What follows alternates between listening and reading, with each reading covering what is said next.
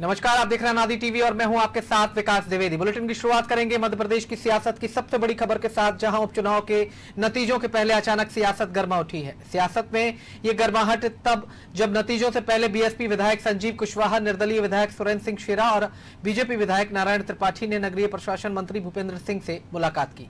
सियासी गलियारों में इस मुलाकात के कई मायने निकाले जा रहे हैं। कांग्रेस ने इस मुलाकात के बाद भारतीय जनता पार्टी को घेरना शुरू कर दिया है। पूर्व सीएम कमलनाथ ने खुला आरोप लगाया है कि बीजेपी को हार का एहसास हो गया है, इसलिए वो जोड़ तोड़ और खरीद फरोख्त पर उतर आई है। वहीं बीजेपी कमलनाथ के बयान पर पलटवार कर रही है। बीजेपी का कहना है कि हार का एहसास कमलनाथ को है, इसलिए उल जजूल बयान दे रहे हैं। मैं उस दौरान भी जो वोटिंग हुई थी, गौ बिल का मामला था, जिसमें सभी लोगों ने तय किया था हमें गौ बिल का विरोध नहीं करना। तो जब मैं पहुंचा तो सदन में वोटिंग चल रही थी, मैं भी जाके वोट कर आया। तो कोई हमारा ये उद्देश्य नहीं था हम कांग्रेस पार्टी में चले गए, कांग्रेस पार्टी में जाने का विचार, तो कोई ये सब बातें नहीं थी। हम तो मैं भारतीय जनता पार्टी में था, हूँ और आगे भी रहूँ। ये कोई राजनीतिक मुलाकात नहीं थी, क्षेत्र के विकास के लिए चर्चा करने गया था। कुछ हमारे यहाँ के काम उनके विभाग से संबंधित लंबित थे, जिसके संबंध में चर्चा करने गया था। देखिए, हमारा लाभ की बात ही नहीं है। मैंने कहा ना कि हमने क्षेत्र के विकास को प्राथमिकता देते हुए सरकार को समर्थन दिया था, इसलिए अभी हमने समर्थन तो हमारा भारतीय जनता पार्टी की सरकार को है। उपचुनावों में मध्य प्रदेश के मतदाताओं ने 28 सीटों में खुलकर सच्चाई का साथ दिया है और भारतीय जनता पार्टी को यह एहसास हो रहा है कि वह चुनाव बुरी तरह हारने वाले हैं और मध्य प्रदेश के इस फैसले को कैसे स्वीकार करें। उन्होंने जो उपाय ढूंढा है कि फिर से सौदेबाजी करें। मेरे कई विधायकों से चर्चा हुई है, कई विधायकों और स्वतंत्र विधायकों ने मुझे सूचना दी है कि किस प्रकार से उन्हें विभिन्न प्रकार के प्रलोभन दिए जा रहे हैं कि सौदा हो जाए और फिर से बोली बोल के अपनी संख्या बनाएं। मैं भारतीय जनता पार्टी को साफ और स्पष्ट बताना चाहता हूं कि मध्य प्रदेश की जनता ये ऐसी सरकार जो प्रदेश को कलंकित करती है कभी स्वीकार नहीं करेगी और जनता और कांग्रेस मिलकर इसका सामना करेगी। वीडियो बयान मैंने भी देखा आज कमलनाथ जी का, वो पूरी तरह से हताशा और निराशा से भरा हुआ है। अगर कोई प्रमाण है तो उनको रखना चाहिए। कल्पनाओं के आधार पर कोई भी बात कह देना उन जैसे वरिष्ठ व्यक्ति के लिए शोभा नहीं देता। दरअसल कमलनाथ जी अज्ञात आशंकाओं से ग्रसित हैं। कांग्रेस के विधायकों का उन पर से विश्वास उठ गया है, उस कारण से इस तरह की बात कर रहे हैं। भारतीय जनता पार्टी ने कभी किसी कांग्रेस के विधायक को तोड़ने की कोशिश नहीं की। कांग्रेस जब टूटी है, कांग्रेस के कारण टूटी है। जिस खेल की शुरुआत कमलनाथ जी ने की थी, हमारे दो विधायकों को प्रेस कॉन्फ्रेंस में अपने साथ बिठाला, जिस खेल की शुरुआत वो करें वो उसी खेल से घबरा जाते हैं। भारतीय जनता पार्टी की सरकार बहुमत के साथ बनने जा रही है। हमें किसी के जुगाड़ की जरूरत नहीं है। 11-11 की बैठक उनकी 9-2-11 के लिए है। तो ये पूरा का पूरा घटनाक्रम हमने आपके सामने रखा, किस तरह से प्रतिक्रियाएं आई हैं। बीजेपी विधायक नारायण त्रिपाठी की पहली प्रतिक्रिया थी और उसके बाद संजीव कुशवाहा की प्रतिक्रिया भी सामने आई। पूर्व मुख्यमंत्री कमलनाथ भी अपनी बात कहते हुए नजर आए और इसके साथ ही गृह मंत्री नरोत्तम मिश्रा ने भी अपनी बात रखी। पहले कहा गया कि यह सामान्य मुलाकात थी, क्षेत्र के विकास को लेकर के इस तरह की मुलाकातें पहले भी हो चुकी हैं और अब इसलिए ये मुलाकातें संशय की स्थिति में बन रही हैं। इसके बाद पूर्व मुख्यमंत्री कमलनाथ ने प्रतिक्रिया देते हुए कहा है कि जिस तरह से भारतीय जनता पार्टी और विधायकों के बीच मुलाकातों का दौर जारी है, उन्होंने कहा है कि एक बार फिर से वो खरीद फरोख्त भी कर सकते हैं। खबर पर ज्यादा बातचीत के लिए हमारे एसोसिएट एडिटर प्रभु पटेरिया हमारे साथ जुड़ गए हैं फोन लाइन पर। सबसे पहले उनसे जान लेते हैं कि इसके क्या सियासी मायने निकलते हैं। प्रभु सर, जिस तरह से मुलाकातों का दौर लगातार जारी है, कहा जा रहा है कि सामान्य मुलाकातें हैं, जबकि कांग्रेस का आरोप है सीधा खुला खुला। आपने भी सुना होगा, प्रतिक्रिया सुनी होगी पूर्व मुख्यमंत्री कमलनाथ की, तो क्या कुछ माना जाए कि ये मुलाकातें सामान्य हैं या फिर वाकई कोई समीकरण तय किए जा रहे हैं? देखिए विकास जी, वैसे तो मुलाकात सामान्य है। यदि जिनको हम बीजेपी का प्लान बी कह रहे हैं या कांग्रेस कह रही है बीजेपी का ये प्लान बी है, तो ये एक्चुअली बीजेपी का प्लान ए है। आप याद कीजिए मार्च का पहला हफ्ता 2 मार्च को यही विधायक जो आज मुलाकात कर रहे हैं, ये विधायक मानेसर के एक होटल में पाए गए थे भाजपा नेताओं के पास, जिनको लेने के लिए दिग्विजय सिंह, जयवर्धन सिंह और तमाम कांग्रेस के नेता गए हुए थे। तो ये तो बीजेपी का प्लान, ये था प्लान भी बीजेपी का जो था सत्ता हासिल करने का, वो सिंधिया कैंप को तोड़ना था, जिस पर कि उसने बाद में अमल किया। और यदि हम आज स्थितियों को पलट कर इसको प्लान बी कह रहे हैं, तो ये सारे विधायक सरकार जैसे ही शिवराज सिंह चौहान की भाजपा की बनी, उसके बाद भाजपा को समर्थन देते हुए दिखाई दिए थे। तो वही समर्थन वो आज भी जिताने के लिए गए हैं कि हम आपके साथ हैं, क्योंकि सरकार अभी भाजपा की जिस तरीके से हम देख रहे हैं, बता रहे हैं कि भाजपा नंबर गेम में भाजपा को केवल 8 विधानसभा सीटों में जीत चाहिए, कांग्रेस को पूरी 28 चाहिए। तो नंबर गेम में भारतीय जनता पार्टी बहुत आगे है कांग्रेस से। तो इनको भी लग रहा होगा कि ये सरकार बनी रह सकती है, तो वो केवल अपना आस्था प्रदर्शन करने के लिए गए। ये चीज अलग है विकास, इसके पर्दे के पीछे ऐसा ही आस्था प्रदर्शन वो कमलनाथ और कांग्रेस नेताओं के पास भी कर रहे हो, तो इसमें कोई आश्चर्य नहीं हो सकता है, क्योंकि ये वो विधायक हैं जो अमर बेल की तरह है, जिनको अपना अस्तित्व ही सत्ता के साथ है इनका, अपने अस्तित्व लेकर चिंतित है। संजीव कुशवाहा ने तो साफ तौर पर कहा है कि कांग्रेस की सरकार थी तो हम कांग्रेस के साथ थे, और अब बीजेपी की सरकार है तो हम बीजेपी के साथ हैं। हाँ विकास, वही कह रहा हूँ कि ये तो सत्ता के साथ रहने वाले विधायक है। सत्ता जहाँ होगी वहां आएंगे, जहाँ हम वहां हम। ये जो नारा है एक, उस नारे पर चलने वाले हैं ये दल। तो स्वाभाविक तौर पर आज भाजपा यदि धोखे से कांग्रेस की सत्ता बनती हुई दिखाई देती है 10 तारीख को, तो ये सारे के सारे उधर चले जाएंगे। वो कहेंगे कि जहाँ सत्ता है वहां हम है। तो इसमें कोई आश्चर्य की बात नहीं होनी चाहिए। सर, इसके अलावा एक छोटी सी प्रतिक्रिया मैं इस बात पर भी चाहूंगा, जिस तरह से पूर्व मुख्यमंत्री कमलनाथ की प्रतिक्रिया आई है कि बीजेपी चुनाव हार रही है और खिसिया गई है और इसलिए अब ये तैयारियां की जा रही हैं, तो क्यों वो ऐसे लगातार बयान दे रहे हैं? देखिए विकास, कोई भी राजनीतिक दल या कोई भी नेता है जो लीड करता है किसी पार्टी को, वो कभी भी अंतिम क्षण तक अपनी हार स्वीकार नहीं करता है, क्योंकि हमने देखा है ईवीएम के नतीजे जब तक फाइनल डिक्लेयर ना हो जाए पूरी तरह, तब तक बदलते रहते हैं, तब तक सिनेरियो भी चेंज होता रहता है। यदि ये बराबरी का मुकाबला हो जाता है, बिल्कुल ठीक बात है। सर हमारे साथ फिलहाल बीजेपी से नेहा बग्गा जी जुड़ गई हैं, उनकी प्रतिक्रिया भी जान लेते हैं पूरे सियासी मसले को लेकर के। बहुत शुक्रिया आपकी प्रतिक्रिया के लिए। नेहा जी, बहुत स्वागत है अनादि टीवी में आपका। जी नमस्कार। नेहा जी, पूर्व मुख्यमंत्री कमलनाथ की ओर से प्रतिक्रिया आई है कि जो मुलाकातें अभी चल रही हैं विधायकों के साथ, नगरीय प्रशासन मंत्री भूपेंद्र सिंह के साथ जो भी मुलाकातें चली हैं, वो सियासी मुलाकातें अब खरीद फरोख्त के लिए की जा रही हैं, क्योंकि बीजेपी 28 की 28 सीटें हार रही है। ये कहना है पूर्व मुख्यमंत्री कमलनाथ का। आपकी प्रतिक्रिया? देखिए, चिंता करने की विषय तो कांग्रेस पार्टी के लिए है और हार मानने का काम भी कांग्रेस पार्टी ने लगभग कर लिया है।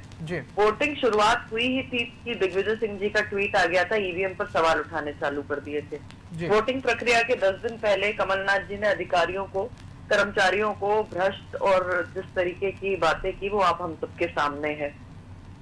लगातार जो कांग्रेस का नेतृत्व कमजोर हुआ है, जिसके बाद उनके विधायकों ने, उनके मंत्रियों ने कांग्रेस पार्टी का साथ छोड़ा है, तो समीक्षा करने की आवश्यकता कांग्रेस पार्टी को है कि नेता प्रतिपक्ष उनकी पार्टी से कौन होगा, कमलनाथ जी मध्य प्रदेश में रहेंगे नहीं रहेंगे, प्रदेश अध्यक्ष कौन होगा, तमाम सारी चीजें भारतीय जनता पार्टी रूटीन अनुसार अपना काम कर रही है। अब वो तो कह रहे हैं कि दे दिए हैं, वो तो कह रहे हैं कि पहले जो खरीद फरोख्त की गई अब दोबारा वही शुरू कर दिया गया है, क्योंकि बीजेपी हार रही है सभी सीटें और इसलिए प्लान बी पर वर्क करना शुरू कर दिया है बीजेपी ने।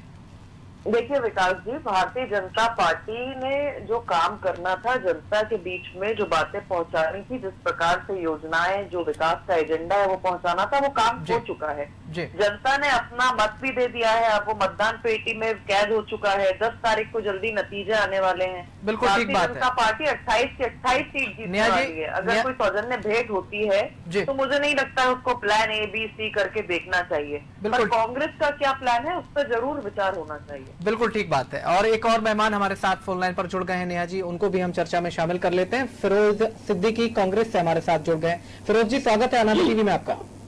जी धन्यवाद। फिरोज जी, लगातार बैठकें चल रही हैं, उसी को लेकर के हम नेहा बग्गा जी से सवाल पूछ रहे थे कि ये जो मुलाकातें हैं वो औपचारिक हैं। उसके बाद कांग्रेस की जो प्रतिक्रिया आई है, पूर्व मुख्यमंत्री ने कहा है कि लेन देन की बात चल रही है, खरीद फरोख्त की बात चल रही है और बीजेपी हार रही है, इसलिए 28 सीटों पर। तो क्यों लगता है कांग्रेस को ऐसा, जबकि बीजेपी का मानना है कि वो तो सभी सीटों पर जीत करके सरकार बनाएगी, जबकि कांग्रेस की ओर से ऐसी प्रतिक्रियाएं आ रही है। ये सामान्य मुलाकातें, फिर क्यों ऐसे आरोप लगाए जा रहे हैं? देखिए, जो बिकाऊ और गद्दार का मुद्दा जनता के पटल पे आया है मस्तिष्क में, और जनता ने जो भारतीय जनता पार्टी की हालत की है, तो अब सरकार बचाने का टोटा भारतीय जनता पार्टी के सामने खड़ा हो गया है कि 107 विधायक लेकर, और कांग्रेस का एक विधायक भी चलते चुनाव में इन्होंने खरीदा है, ये सबको पता है। और अब ये निर्दलियों से संपर्क कर रहे हैं और निर्दलियों को कि किसी तरीके से इनको 114 लोगों का बहुमत हासिल हो जाए। लेकिन कांग्रेस जो है 28 सीटों पर चुनाव जीत रही है। और नेहा जी को ये भी बता दूं कि 4 ऐसी विधानसभा हैं जहां भारतीय जनता पार्टी तीसरे नंबर पर रहेगी, ग्वालियर चंबल में। तो भारतीय जनता पार्टी के लिए बहुत ज्यादा खुश होने जैसी कोई स्थिति नहीं है। अगर 8 सीटें कुल भारतीय जनता पार्टी को चाहिए थी, अगर आपकी इस बात के पास होती। फिरोज जी, इस बात पर नेहा जी से भी प्रतिक्रिया ले लेते हैं। नेहा जी, आपने सुना फिरोज जी क्या कहते हुए नजर आए हैं, आपकी प्रतिक्रिया? विकास जी, देखिए, Bharatiya Janata party comfortable position में है। जिस तरीके से भारतीय जनता पार्टी के पास समर्थन है, चाहे निर्दलीय हो चाहे भारतीय जनता पार्टी का खुद का जो अंक है वो पर्याप्त है। पर एक अच्छी सरकार, मजबूत सरकार चलाने के लिए, विकास की ओर सरकार चलाने के लिए जिस मेजोरिटी की आवश्यकता है, उसमें भारतीय जनता पार्टी को आप ये देखिए 7-8 सीटों की आवश्यकता है। वहीं पर कांग्रेस पार्टी को 29 सीटों की आवश्यकता है। 28 पर चुनाव हुए हैं और जो परिस्थितियां हैं कांग्रेस के अंदर, लगातार चुनाव के अंत तक, वोट तो पड़ने तक के, जिस तरीके से इनसे विधायक रुष्ट होकर वापस आ रहे हैं, भारतीय जनता पार्टी पर विश्वास दिखा रहे हैं, तो आप देखिए कि ये उनका ओवर कॉन्फिडेंस या फिर अपने कार्यकर्ताओं को साधने के लिए अच्छा है कि एक पॉजिटिव एटीट्यूड लेकर चल रहे हैं। पर भविष्य में आने वाले समय के लिए मेरी तो शुभकामना है, क्योंकि एक जब सशक्त और मजबूत और एक विकास के एजेंडा वाली सरकार होती है तो विपक्ष भी एक मजबूती के साथ बैठे, बड़ी संख्या में बैठे, तो उसकी भी आवश्यकता है। बहुत अच्छी बात कही आपने। बैठने के लिए कांग्रेस को बहुत बहुत शुभकामनाएं। बहुत अच्छी बात आपने कही है। इस पर फिरोज जी की भी प्रतिक्रिया ले लेते हैं। फिरोज जी, गृह मंत्री नरोत्तम मिश्रा की प्रतिक्रिया आई थी, उन्होंने कहा था कि इसकी शुरुआत कांग्रेस ने की थी। पूर्व मुख्यमंत्री कमलनाथ जी ने अपनी प्रेस कॉन्फ्रेंस में 2 विधायकों को बिठाया था और दिखाया भी था, और उसके बाद अब हम आगे बढ़ रहे थे और उसके बाद ये घटनाक्रम पूरा हुआ और सामने आया। कांग्रेस के वजन से ही गिरी है, बीजेपी ने कुछ नहीं किया, ये गृह मंत्री ने कहा है। इस पर आपकी प्रतिक्रिया? देखिए 10 तारीख को खुद गृह मंत्री जी को ये पता चल जाएगा कि जो जनता ने अपना क्या जनादेश दिया है और उन्होंने इन गद्दारों का और बिकाऊओं के लिए क्या हाल किया है। अगर इनके पास कंफर्टेबल पोजीशन थी तो ये जयंत मलैया जी को क्यों नाराज करते? जयंत मलैया जी तो दमोह के बहुत भारी नाम है। 1990 से वो चुनाव लड़ते आ रहे हैं, आज 30 साल हो गए उनको चुनाव लड़ते और जीतते हुए। 1990 से लगातार भारतीय जनता पार्टी जीत रही थी वहां। पहली बार 2018 में हमने हराया है कांग्रेस में। लेकिन भारतीय जनता पार्टी को ये पता है कि उसके पास अब 114 की भी दिक्कत है। उसको ये पता है अच्छे से कि उनके 2-3 भी सीटें जीतना उनके लिए बहुत मुश्किल पड़ रही है। इसलिए भारतीय जनता पार्टी इस तरीके के काम कर रही है। हम तो कुछ नहीं कर रहे, हम तो किसी से संपर्क नहीं कर रहे, क्योंकि हमको पता है कि हम पूरी 28 सीटें जीत रहे हैं और 115 का हमारा आंकड़ा अपने आप में पूरा हो जाएगा। हमको जरूरत ही नहीं किसी और की। लेकिन भारतीय जनता पार्टी की ये जो कवायतें दिख रही है, plan B, plan C, plan D, वो सब सामने है। आप खुद ही समझ लीजिए कि अगर वो कंफर्टेबली जीत रहे होते। फिरोज जी, आपकी बात मैं समझ सकता हूं। तो यानी कि अगर बीजेपी ने जो किया है और अब बीजेपी के पाले में जो विधायक गए हैं उन्होंने गलत किया है और अपने सिद्धांतों को तोड़ा है, तो ये गलत है। लेकिन इसके बाद जब सज्जन सिंह वर्मा की एक प्रतिक्रिया आती है कि 10 बीजेपी विधायक हमारे संपर्क में हैं, फिर बताइए ये कांग्रेस के सिद्धांतों के लिए ठीक है? अगर आप उस बात को गलत, डबल स्टैंडर्ड क्यों है? केवल मेरा सवाल इतना। देखिए कहाँ डबल स्टैंडर्ड है? 10 विधायक हैं हमारे पास, हम तो आज भी कहते हैं।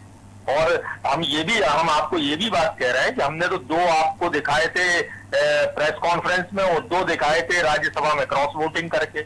लेकिन हम जनता के ऊपर उपचुनाव का भार नहीं डालना चाहते, ये खरीद फरोख्त की राजनीति नहीं करना चाहते। हम किसी को अपने पाले में रखें और फिर जनता से कहें कि अब आप उपचुनाव का भार उठाइए, ये हमारे सिद्धांतों के विपरीत है। हमने ऐसा आज तक सन 52 से लेके आज तक कांग्रेस ने ऐसा कहीं कोई सरकार को टॉपल करके और उनके विधायकोों को इस्तीफा दिला के सरकार बनाई हो तो आप बता दीजिए पूरे इतिहास में। हम ये काम नहीं करते। लेकिन भारतीय जनता पार्टी जो काम कर रही है वो गलत है, अनैतिक है लोकतंत्र की हत्या है। ये चीज आपको जमीन पर आप अगर अपने रिपोर्टरों से बात करेंगे तो बता देंगे कि लोग इस बारे में क्या बात करते हो, क्या प्रतिक्रिया देते हैं। ये नहीं होना चाहिए, सुचिता की राजनीति होनी। नेहा जी, फिरोज जी ने तो बहुत सारे सवाल खड़े कर दिए, एक छोटी सी प्रतिक्रिया आपकी ओर से भी। देखिए, इतिहास गवाह है कि कांग्रेस ने देश भर में 150 से अधिक सरकारें गिराने का काम किया है। कौन सी गिराई, ये बताइए वाली कांग्रेस बताइए, हमने कब किसके विधायक खरीद के और अपनी सरकार बनाई, आप बता दीजिए। थोड़ा पेशेंस रखिए भैया, आपकी बात मैंने सुनी। मैं आपको पूछ रहा हूँ ना, आपने मेरे ऊपर आरोप लगाया, इसलिए मैं पूछ रहा हूँ। राजस्थान के अंदर सपोर्ट लेते हैं तब नहीं बताते क्या कीमत पर लेकर आए। जब अन्य राज्यों में जाकर भारतीय जनता पार्टी के विधायकों को लाते हैं तब नहीं बताते क्या कीमत में लाए।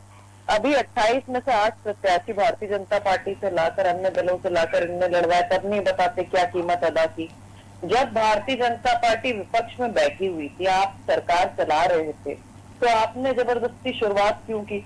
आप भारतीय जनता पार्टी के 2 विधायकों से क्यों अपने पाले में लाने की बात करने लगे? उनको बाजू में बैठा के प्रेस कॉन्फ्रेंस कर रहे थे, तब नहीं आपने बताया कि आपने क्या कीमत लगाई। तो सबसे बड़ी बात है कि ये जो बिकाऊ टिकाऊ का मसला है, ये तो कांग्रेस पार्टी को खुद अपने अंदर झांक के देखना चाहिए। और बिल्कुल सही है कि बिकाऊ तो कांग्रेस पार्टी है और ये जनता देखती है। वो किस प्रकार से बिकाऊ है?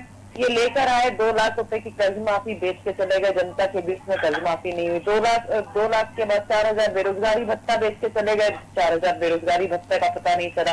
51,000 बेटियों की विवाह निकाह का बेच के चले गए, उसका पता नहीं चला।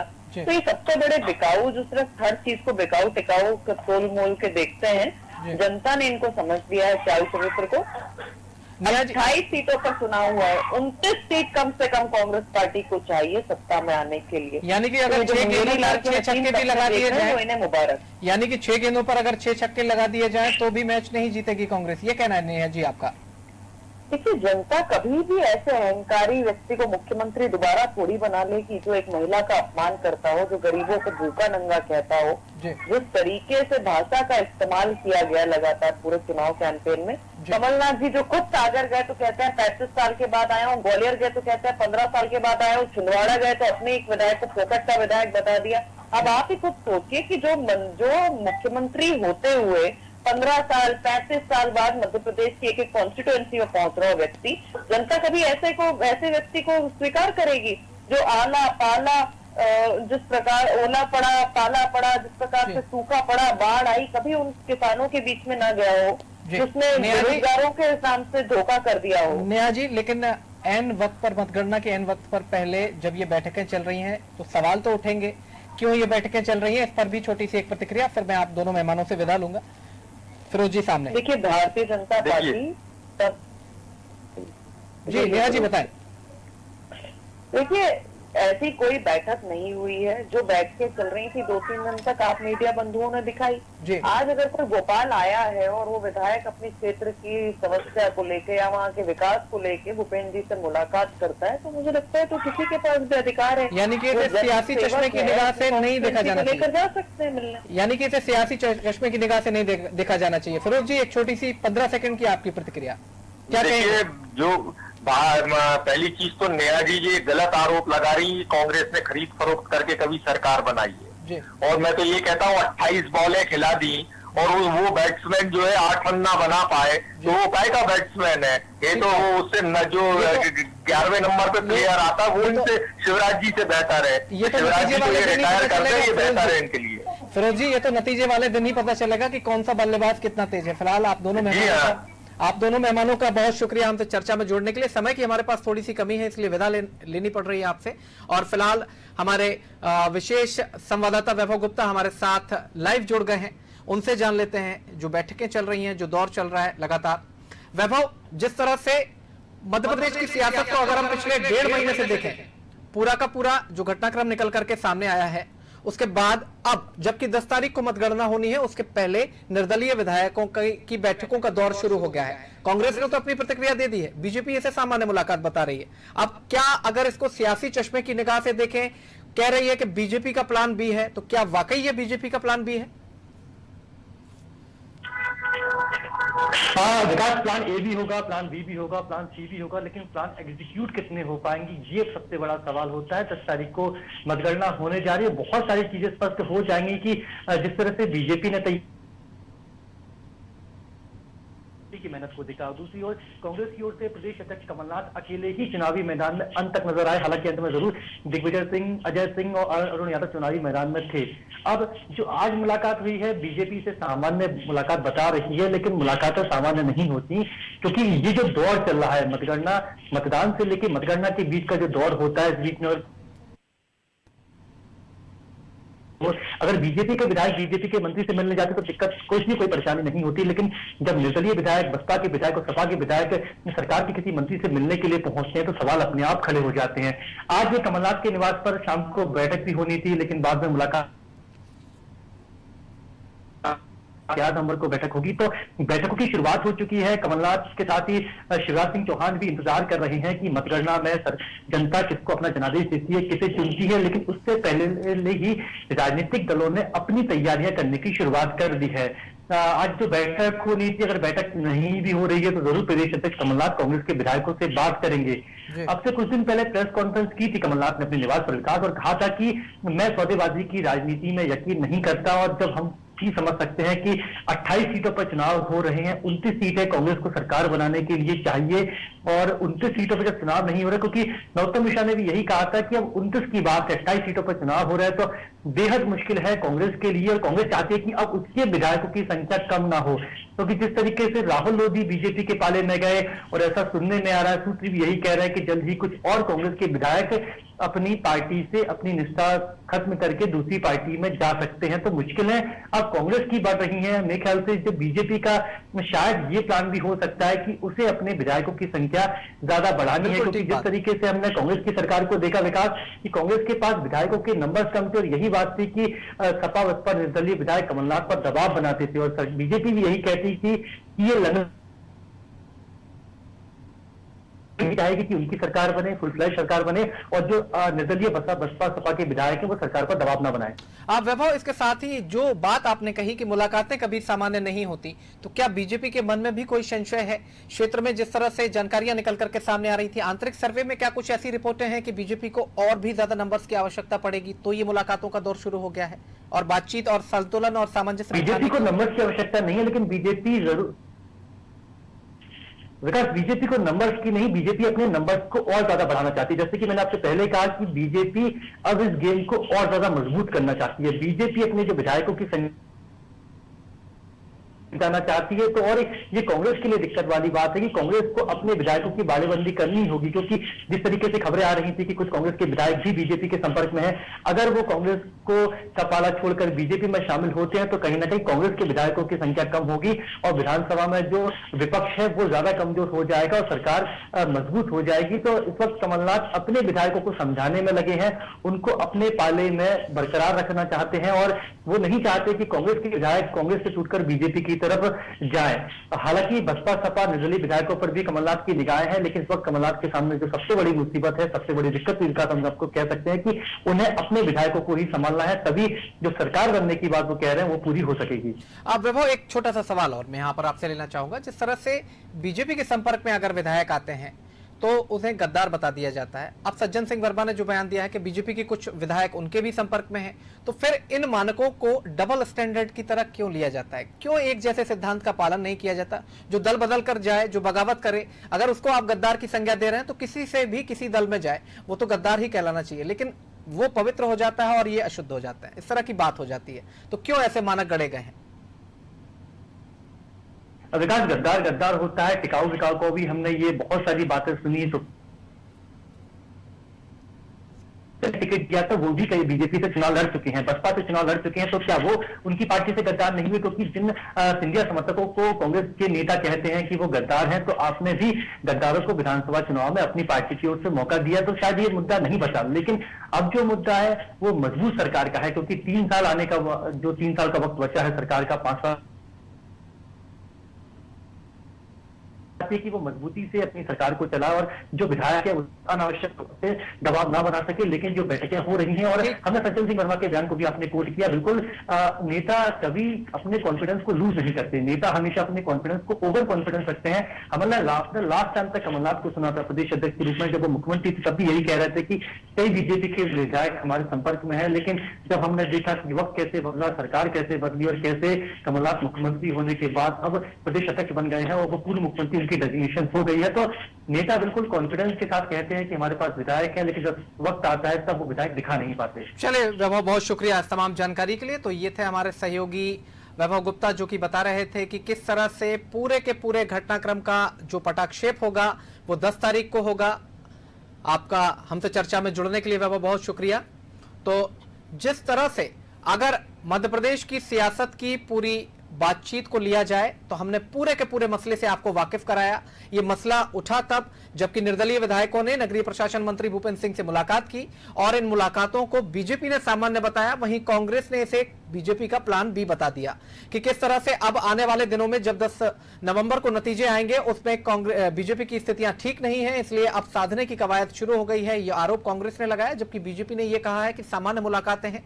और वहीं हमारे एसोसिएट एडिटर ने भी जानकारी देते हुए बताया कि यह प्लान बी नहीं है, प्लान ए है, जो एग्जीक्यूट हुआ था मार्च के महीने में। इसके साथ ही विशेष संवाददाता वैभव गुप्ता भी हमें बताते हुए नजर आए हैं कि किस तरह से पूरे के पूरे मसले पर अगर नजर डाली जाए तो 10 नवंबर को ही इसका पटाक्षेप हो पाएगा और बीजेपी को नंबर्स की जरूरत नहीं है। बीजेपी से कहीं गुना कांग्रेस जो है, कांग्रेस से कई गुना बेहतर स्थिति में बीजेपी नजर आती है। अब तो यह है कि नंबर और कितने सक्षम बना जा सकता है और कितनी मजबूत सरकार प्रदेश को दी जा सकती है।